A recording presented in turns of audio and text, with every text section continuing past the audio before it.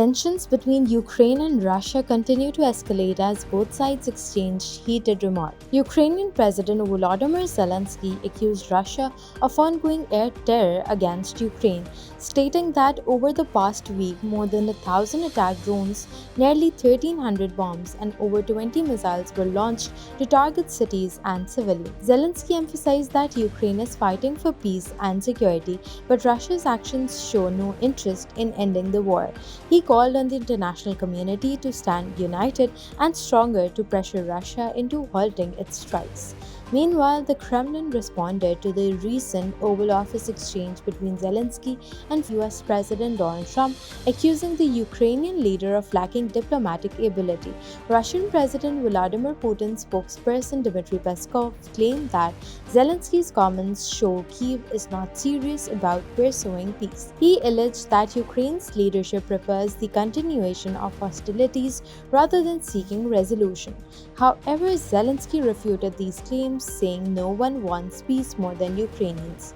He reiterated that any lasting peace must come with security guarantees from the US and other allies. As casualties continue to rise, with several killed and injured in Donetsk and Kherson regions, the situation remains dire.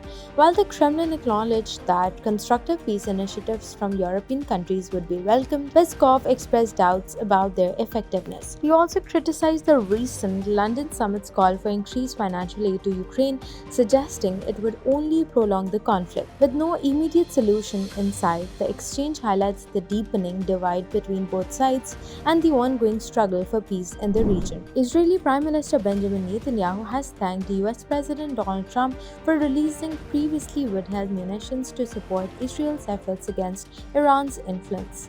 In a video statement, Netanyahu called Trump the greatest friend that Israel has ever had in the White House. The Israeli leader said the weapons would help Israel finish the job against Iran's terror axis, a reference to Iran-backed groups like Hamas, Hezbollah, and Yemen's Houthi rebels.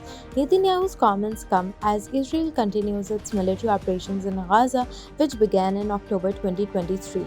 He had made similar remarks last month alongside US Secretary of State Marco Rubio, saying Israel had dealt a mighty blow to Iran's allies. Trump, who returned to the White House in January, has reinstated his maximum pressure policy on Iran. Rubio announced that $4 billion in military aid would be expedited to Israel, reversing a partial arms embargo imposed by former President Joe Biden. Prime Minister Shehbaz Sharif has taken notice of the gas suspension during Sehri and Iftar hours in Karachi following complaints from residents. The Suez Southern Gas Company had promised uninterrupted supply during Ramadan but failed to deliver on the first day. In response, emergency meetings were held and the SSGC increased gas pressure by 10%, arranged additional gas supply, and set up control rooms to monitor the situation. Since Energy Minister Nasser Hussain Shah urged the federal government to prevent load shedding during Ramadan, calling for uninterrupted gas supply to ease the public's hardships. In economic news, Pakistan's inflation rate hit a 9-year low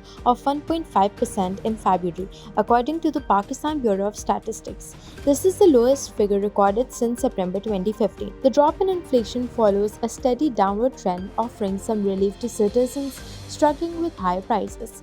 Urban and rural areas both saw price increases in select food and non-food items, but the overall pace of inflation slowed. Prime Minister Shehbaz Sharif welcomed the development, directing authorities to further reduce inflation and ensure its benefits reach the masses. Meanwhile, heavy rains across Khyber Pakhtunkhwa have claimed 4 lives and injured 9 others since February 26. Landslides and rain-induced accidents have damaged 14 homes, leaving several families displaced. The Provincial Disaster Management Authority is providing emergency relief and has directed district administrations to reopen blocked highways. More rainfall and snowfall are forecast across the northern regions, with authorities on high alert to mitigate further damage.